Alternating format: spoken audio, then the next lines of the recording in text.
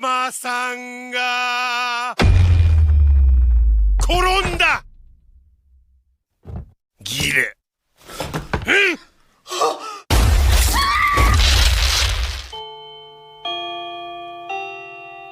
チュッチュチュッチュ。なんだよこれ。हेलो दोस्तों, आज हम बात करेंगे movie as the gods will. जिस एज द गॉड्स विल एक सुपरनैचुरल हॉरर मूवी है जो कि रिलीज हुई थी 2014 में एंड IMDb पे इसे रेटिंग्स मिली है 6.5 आउट ऑफ 10। शुरू करने से पहले मेरी एक छोटी सी रिक्वेस्ट कि आप चैनल को जरूर सब्सक्राइब करें। It's a news channel and आपका एक एक सब्सक्राइब ही हमें आगे बढ़ा सकता है। मूवी 3 कैरेक्टर पर फोकस्ड है जिनका नाम है शुन, इचिका और अमाया। शुन अपनी जिंदगी से बहुत ही बोर रहता है क्योंकि उसकी लाइफ में कुछ भी खास नहीं हो रहा होता। लेकिन एक दिन जब वो स्कूल जाता है वो एक ऐसी डेडली गेम में फंस जाता है जहाँ से अगर उसे जिंदा निकलना था तो उसे गेम को जीतना ही पड़ेगा। मूवी स्टार्ट होती है जहाँ पर हम क्लासरूम में शुन को उसके क्लासमेट्स के साथ एक डारोमा डॉल के साथ ट्रैप देखते हैं। डारोमा डॉल स्ट्रेंजली जिंदा था एंड इन सबको अपने साथ डारोमा गेम खेलने पर मजबूर कर देता है। इस गेम में डारोमा डॉल सबको अपना पेट दिखाते हुए गाना गाता है एंड अचानक से पीछे पलट जाता है। पीछे मुड़ने पर सबको बिना हिले डुले स्टेचू बनना रहता है। अगर कोई जरा सा भी हिला तो डॉल उसे मार देगा। सब बहुत घबराए हुए थे एंड इसीलिए डर से वो लोग गेम नहीं खेल पाते। तो डारोमा डॉल जो भी हिलता उसको वो मार डालता। इससे बचने का बस एक ही रास्ता था कि डॉल के पीछे एक बटन है जिसे इन लोगों को वक्त खत्म होने से पहले प्रेस करना पड़ेगा। क्लास में सुन और एक लड़के के अलावा बाकी सबकी मौत हो चुकी थी। ये दोनों मिलकर बटन को प्रेस कर देते हैं एंड गेम को जीत लेते हैं। लेकिन सरप्राइजिंगली अब उस दूसरे लड़के का सर एक्सप्लोड हो जाता है एंड उसकी भी मौत हो जाती है। यानी कि गेम का बस एक ही इंसान जीत सकता है जो बटन को खुद प्रेस करेगा। डारोमा गेम खत्म हो जाती है और डारोमा डॉल शुन से कहती है कि बिल्ली आएगी एंड सबको खा जाएगी। शुन को ये समझ नहीं आता। फिर क्लास की डोर्स खुल जाती है और शुन बाहर अपने बचपन की दोस्त इचिका को देखता है। इचिका अलग क्लास की स्टूडेंट थी एंड उसकी क्लास में भी सेम ऐसे चल रहा होता है जिसमें अब वो बस अकेले जिंदा थी।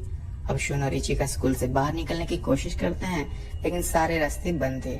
इसलिए वो स्कूल के जिम में जाते हैं जहाँ पर कुछ और स्टूडेंट्स थे जो डारोमा गेम में बच गए थे। अब नोटिस करने वाली बात ये थी कि इनमें से कुछ लोगों ने चूहे की कॉस्ट्यूम्स पहनी हुई थी। जिम के फ्लोर पर बड़े बड़े लेटर्स में एक पहेली लिखी हुई थी कि बिल्ली से वही बचेगा जो बिल्ली की घंटी लगाएगा। यानी कि अब दूसरी गेम भी शुरू हो चुकी थी जिसका नाम है माने की कोकेशी।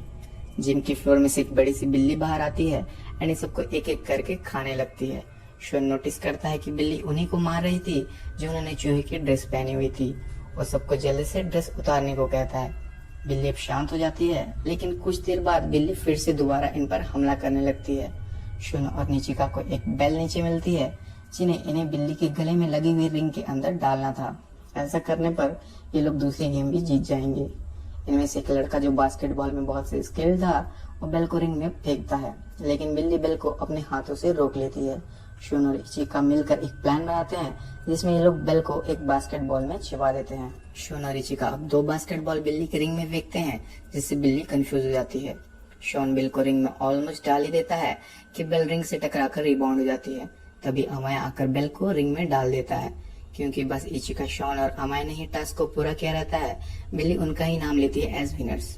2-3 स्टूडेंट्स जो अभी भी बचे हुए थे अमाया उन्हें मार डालता है। अमाया का मानना था कि बस ताकतवर लोगों को ही जीने का हक है। उसे इन गेम में मजा आने लगा था। अब बिल्ली के मुंह में से एक बेहोश करने वाली गैस बाहर आती है एंड ये तीनों यहाँ पर बेहोश हो जाते हैं। बाहरी दुनिया में सब लोग ये लाइव ब्रॉडकास्ट देख रहे होते हैं एंड सबका बस एक ही सवाल था कि ये सब कर कौन रहा है। दुनिया भर में 100 मिलियन से भी ज्यादा बच्चे इन गेम्स के चक्कर में मर चुके थे। आर्मी से लेकर पुलिस हर कोई इन्हें रोकने में लगा पड़ा था लेकिन इसका कोई फायदा नहीं हो रहा। लोगों के बीच बात फैल चुकी थी कि ये सब भगवान का काम है एंड जितने भी बच्चे जिंदा थे उन्हें गॉड्स चिल्ड्रन का टाइटल दे दिया गया था। अब हम देखते हैं कि जितने बच्चे बचे हैं उस बड़ी सी क्यूब में है जो कि आसमान में फ्लोट कर रही थी। इसमें ना अंदर जाने का कोई रास्ता है और ना ही बाहर आने का। क्यूब के अंदर अमाया को होश आ जाती है एंड वो देखता है कि उसके रूम में इचिका नहीं थी। रूम में 2 अलग स्टूडेंट्स हैं जो शुन से कहते हैं कि तीसरी गेम जल्दी शुरू होने वाली है। रूम की डोर खुल जाती है जहाँ पर हम 4 उड़ते हुए डॉल्स को अंदर आते देखते हैं एंड ये सब लोग अपने साथ कोकेशी गेम खेलने को कहते हैं। इस गेम में बीच में बैठा हुआ आदमी को 4 डॉल्स गाना गाते हुए घूमेंगे एंड गाना खत्म होने पर उसे गेस करना पड़ेगा कि उसके पीछे कौन सी डॉल है। गलत जवाब यानी कि उसकी मौत पक्की। शॉन चालाकी से ये गेम भी जीत जाता है एंड इससे होता ये है कि डॉल्स डिस्ट्रॉय हो जाती हैं। डॉल्स के डिस्ट्रॉय होने पर उनमें से एक चाबी बाहर आती है। जब शॉन रूम से बाहर आता है उसे वहां पर इचिका मिल जाती है। बाकी कुछ लोग भी मिलते हैं एंड इन सबके सामने एक एंट्रेंस थी जिसके खोलने के लिए इन्हें 7 चाबियों की जरूरत थी। सब अपनी चाबियां अंदर डालते हैं एंड गेम की नेक्स्ट लेवल में आगे बढ़ जाते हैं। अंदर पहुंचने पर चौथी गेम शुरू हो जाती है जिसका नाम है शिरोकुन। इस गेम में एक सफेद भालू इन सब से सवाल पूछता है। अगर सबने सच बताया तो ये गेम वो जीत जाएंगे, लेकिन अगर किसी एक ने भी झूठ कहा तो इन्हें टाइम देगा ताकि ये लोग उस शख्स को ढूंढकर भालू को सौंप दे और फिर भालू उसे मार डालेगा। अब भालू के हर सवाल पर जब भी ये लोग जवाब देते तो भालू इनसे कहता है कि तुम में से कोई एक झूठा है, जल्दी तुम लोग डिसाइड करके उसे मुझे सौंप दो वरना मैं तुम सबको मार दूंगा। एंड ये लोग आपस में झगड़ कर 2 बच्चों को भालू को मारने के लिए वोट कर देते हैं। लेकिन जब तीसरे सवाल के जवाब में भी भालू यही कहता है कि तुम में से कोई एक झूठा है, शॉन भालू को ही झूठा बताता है। तुम ही झूठे हो, तुम खुद को सफेद भालू बताते हो लेकिन अंदर से तुम काले हो, तुम एक इविल भालू हो।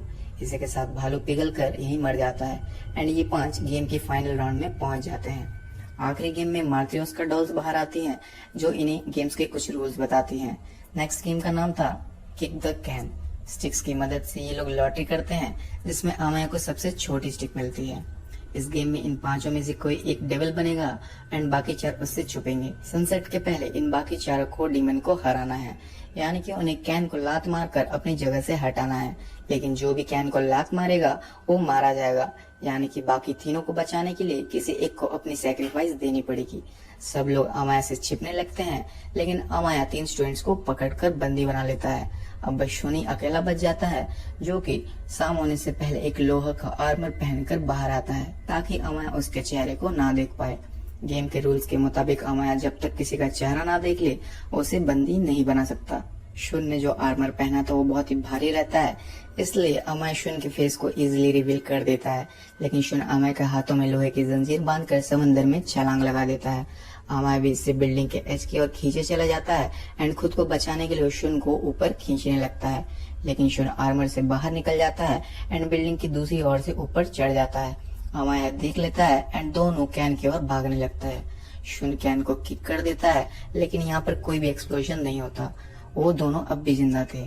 तभी डॉल्स वहां पर आती हैं एंड इसे कहती हैं कि ये सब बस एंजॉयमेंट के लिए था एंड इस गेम में सब जिंदा बचेंगे, यहाँ पर कोई नहीं मरेगा। एंड ये सुनकर सब लोग खुश हो जाते हैं।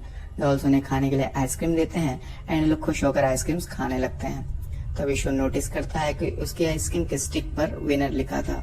जब वो इचिका की ओर देखता है तो इचिका के आइसक्रीम की स्टिक पर डेथ लिखा था। यहाँ पर मार्थियोस के डॉल्स के अंदर से एक और इविल डॉल बाहर आती है एंड जिसकी भी आइसक्रीम की स्टिक पर डेथ लिखा था उन सबको लेजर से डिसइंटीग्रेट कर देती है। मूवी के फाइनल सीन में हम शोन और अमाया को क्यूब के ऊपर खड़े होते देख पाते हैं, जिसे पूरी दुनिया अब गॉड चिल्ड्रन का टाइटल ले चुकी थी। अमाया बहुत ही खुश था लेकिन शोन अपने आप से हार चुका था। वो कहता है कि भगवान जैसा कुछ नहीं होता है एंड पीछे से डॉल्स उसे ठीक करते हुए कहती हैं कि भगवान होते हैं। इस गेम के असली मकसद तुम्हें भगवान के पास लाना ही था एंड वहां पर गॉड आता है। ये वही बुढ़ा रहता है जिसे हमने मूवी के बीच में देखा था एंड इसी के साथ मूवी एंड हो जाती है। आगे की स्टोरी हमें एज द गॉड्स विल 2 में कंटिन्यू होगी, जिसका एक्सप्लेनेशन मैं तभी करूंगा अगर आप इस वीडियो को ढेर सारा प्यार देंगे।